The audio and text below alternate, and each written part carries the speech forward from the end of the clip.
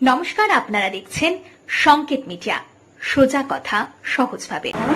মহানবমীর এই দিনে আপনি সংখ্যালঘু যারা ভাই বোনেরা রয়েছেন বা যারা রয়েছেন তাদেরকে কি বার্তা দেবেন আজকের দিনে?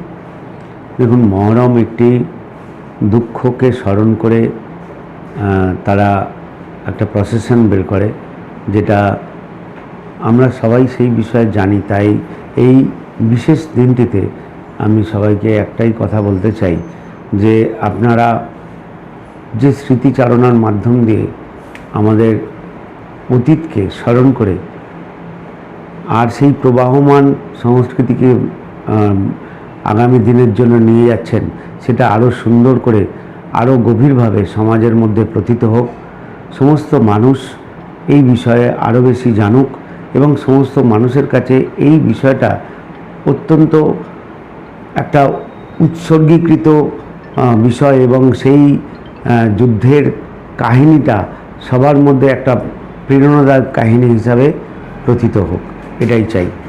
আজকে যে মহরমের শোভাযাত্রা আমরা এর কিছুদিন আগেও দেখেছিলাম উত্তর মঞ্চে, আপনারা সবাই ছিলেন সেখানে। বিভিন্ন নিয়মাবলী তাদের জন্য বেঁধে দেওয়া হয়েছিল। ইতিমধ্যেই তাদের যে শোভাযাত্রা বা যে খেলা দেখানো বা যেগুলো সেগুলো শুরু হয়েছে। এখনো অবধি কি আপনার কাছে কি খবর যে কীরকমভাবে চলছে সেই? প্রত্যেকটি শোভাযাত্রা প্রায় 58টা শোভাযাত্রা বেরোয় আমাদের এখানে। 58টার মধ্যে আমাদের মোটামুটি সব জায়গার খবর আছে, প্রতিটাই ঠিকঠাক এখনও চলছে এবং মহেশতলা মিউনিসিপ্যালিটি থেকে তাদের যে সার্ভিসটা প্রোভাইড করা হয় সেটাও মোটামুটি করা গেছে। পুলিশ পার্সোনালের সঙ্গেও কথা হয়েছে, তারাও বলছেন প্রত্যেকটা জায়গায় অত্যন্ত শান্তিপূর্ণ এবং সুশৃঙ্খলভাবে ব্যবস্থাপনার মধ্যে দিয়েই সব কিছু চলছে। আর আমাদেরও 2-3টে জায়গায় অ্যাটেন্ড করার কথা আছে। আমরা এই 4টে, 4:30 নাগাদ সেখানে পৌঁছাবো। আর টোটাল সৌভ্রাতৃত্বের একটা বাতাবরণ রয়েছে গোটা মহেশতলা জুড়ে এবং গোটা জেলা জুড়ে, যেমন আবার সাংগঠনিক জেলা জুড়ে।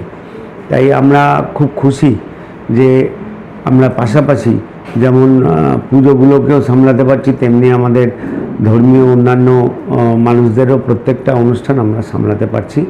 সবাই এতে খুব আত্মীকরণ করছে এবং একত্রিত হয়ে সব কিছু নিয়ে এগিয়ে চলছে। কোথাও যে একটা ভীতি ছিল, বিশেষ করে সংখ্যালঘুদের মধ্যেই একটা ভীতি ছিল যে বিজেপি সরকার আসা মানে তাদের সমস্ত নিয়ম নীতি বা তাদের যে সমস্ত রিচুয়ালস আছে সেগুলো বন্ধ হয়ে যাবে, তারা কোথাও একবারে হয়ে যাবে। কোথাও কি আপনারা এই মেসেজ দিলেন আজকের মাধ্যমে যে না, সবাই মিলেমিশেই থাকবেন?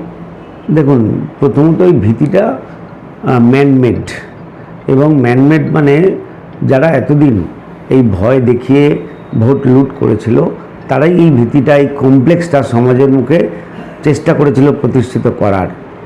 এবং স্বাভাবিকভাবে অন্যান্য রাজ্যে যে সুন্দর স্বাভাবিক পদ্ধতিতে চলছে, এই রাজ্যেও সেটাই চলাটা স্বাভাবিক ছিল এবং সেটাই হয়েছে। আমরা নতুন কিছু করিনি, বরং যেটা স্বাভাবিক সেইটাকে প্রতিষ্ঠিত করেছি। এতদিন যেগুলো ছিল সেগুলো বিকৃতকামী, যেগুলো সমন্বয়ের জন্য অত্যন্ত খারাপ ব্যবস্থা, সেইগুলোই তারা করেছিল। এবং আমরা জানি যে প্রত্যেকটা জায়গায় বিদ্বেষমূলক মনোভাব নিয়ে এগুলোকে ট্রিটমেন্ট করা হতো, যেটা আমরা সবাই সমান, সবার সাথে সবার সঙ্গে এই বার্তাটাই দিতে চেয়েছে এবং সেইভাবে সবাই অত্যন্ত সহজে গ্রহণও করেছে। আমরা দেখেছি গতকাল বা এর আগে এই যে তারাতলা কাণ্ড ঘটেছে, একটা ভয়াবহ দুর্ঘটনা, এবং তারপর থেকে মুখ্যমন্ত্রী কিন্তু বিধানসভায় ঘোষণা করেছেন মহেশতলা, বজবজ বা এই জেলারও বিভিন্ন জায়গাতে উনি বেঁধে দিয়েছেন যে এই মুহূর্তে পৌরসভার কোনো কাজ বা যে সমস্ত বিল্ডিং নির্মাণ হচ্ছে বা এই ধরনের কাজ, নির্মাণের কাজ বন্ধ থাকবে। বেশ কিছু বেআইনি কাজ তারা খুঁজে বার করছেন, এই মহেশতলার নামও তার মধ্যে আছে। এটা নিয়ে আপনার কি বলবেন, কি মনে হচ্ছে আপনার? দেখুন, সবচেয়ে আগে তো বলবো এই যে রয়্যাল গঙ্গাস যে প্রজেক্ট, এটা একদম ইললিগ্যাল ওয়েতে মাননীয় অভিষেক ব্যানার্জি এবং আমাদের এখানে গোপাল সাহা এবং আরও কতগুলো কাউন্সিলর যারা বর্তমানে বিভিন্নভাবে আমাদের মধ্যে আবার আসার চেষ্টা করছে, ঢোকার চেষ্টা করছে এবং আমাদের সঙ্গে কোনো না কোনোভাবে অ্যাডজাস্টমেন্ট করার চেষ্টা করছে, তাদেরকে একদম পরিষ্কাররূপে বার্তা দিতে চাই। মাননীয় মুখ্যমন্ত্রী বলে দিয়েছেন 300 ফুট ছেড়ে যে কোনো কাজ হবে। আর ওখানে যে ইটের ভাঁটাগুলো ছিল, সেই ইট ভাঁটার যে পলি জমা হতো তাতে গঙ্গার জলের মাধ্যমে ওই পলিগুলো এসে জমা হতো, এতে গঙ্গার নাব্যতা অনেকটাই সাম্যতায় থাকতো। কিন্তু এখন পুরো ওই পলি মাটিগুলো গঙ্গার মধ্যেই পড়ছে বা মোহনার ওই দিকটা এত বেশি জমে যাচ্ছে, আগামী দিনে ড্রেসিং করা তো খুব সমস্যা হয়ে যাবে। এবং আপনি গঙ্গাসাগরে গিয়ে দেখলে বুঝতে পারবেন বিশাল বিশাল তীর ঘিরে দিয়ে এবং ওই জিও ম্যাট্রেস পেতে তাতে ওই পলিমাটিগুলো ড্রেজিং করে ফেলা হচ্ছে এবং সেগুলোকে দ্বীপ বানানো হচ্ছিল। এটা তৃণমূল সরকারে করা, নদীর প্রাকৃতিক চরিত্রটাকে একটা বদলে দেওয়ার চেষ্টা করা হচ্ছিল এবং ওই দ্বীপগুলো স্বাভাবিকভাবে কারোর ব্যক্তিগত মালিকানা হতো না, সেখানে সরকার সেখানে অন্য কিছু করতো যেটা অন্যান্য জায়গায় করেছে। সেটা আমাদের ধারণা হচ্ছিল যে এখানে কোনো স্বাভাবিক প্রকৃতিকে নষ্ট করে কোনো একটা প্ল্যান এদের চলছে। কিন্তু যেখানে পলি মাটিকে ইটে কনভার্ট করিয়ে দেওয়া, সেই স্বাভাবিক পদ্ধতিকে বন্ধ করার মানেটা কী দাঁড়ালো আমরা তো এটা বুঝতে পারছি না। আর ওখানে যে রাস্তাটা প্রায় করা হয়েছে, মানে 100 কোটি টাকার উপরে দুর্নীতি ওখানে রয়েছে, যেটা টেন্ডার ছাড়া ওই 100 কোটি টাকা পাস করানো হয়েছিল এবং আমরা নিউজে এটা দেখেছি।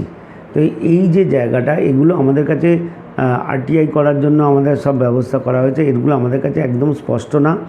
আমরা এগুলোকে পরিষ্কার করে আগামী দিন তদন্তের আন্ডারে আনব এবং যাতে প্রত্যেকটা কন্ট্রাক্টর থেকে শুরু করে যারা তাদের কন্ট্রাক্ট পাইয়ে দিয়েছিল প্রত্যেকের এর হিসাব হবে। এই প্রসঙ্গে আমি আসবো, আপনি কাউন্সিলর উপাসার কথা বললেন, একদমই মহেশতলার বিভিন্ন সাধারণ মানুষ তারাও কিন্তু একটা কোথাও প্রশ্ন আনছে বা বারে বারে করছে যে উপাসা তিনি কিন্তু বিভিন্ন কাজে যুক্ত, বিভিন্ন সময় তৃণমূল সরকার থাকাকালীনও তার নাম উঠে এসছে। এই মুহূর্তে তো আরও বেশি করে তার যে দুর্নীতিগুলো সেগুলো নিয়ে অভিযোগ আসছে, কিন্তু মানুষের বক্তব্য তিনি এখনও এলাকায় ঘুরে বেড়াচ্ছেন। কেন এখনও এটা নিয়ে প্রশাসন কোনো স্টেপ নিচ্ছে না? এটা নিয়ে আপনার কী মনে হয়? এই ব্যাপারে সত্যি বলতে কি আমাদেরও কিছু কিছু ক্ষেত্রে একটু সমস্যা হচ্ছে। আমরাও বুঝতে পারছি না এই সাহসটা কোথা থেকে পাচ্ছে। তাহলে কি প্রশাসনের কাছে এই বিষয়টা কোনো একটা কারণে হালকা হয়ে গেছে? সেগুলো নিয়ে আমরা উচ্চ নেতৃত্বের সঙ্গে কথা বলেছি এবং উচ্চ নেতৃত্ব যা আমাদের ডাইরেকশান দেবেন সেইভাবে আমরা চলব। আমরা আইন তো হাতে তুলে নেওয়ার কোনো ব্যবস্থা আমরা করব না, যা কিছু করবে প্রশাসনই করবে, আর সেইভাবেই আমরা এগোনোর চেষ্টা করব। আমরা আমাদের উচ্চ নেতৃত্বকে এই ব্যাপারে জানিয়েছি। Subscribe our channel. Press the bell icon.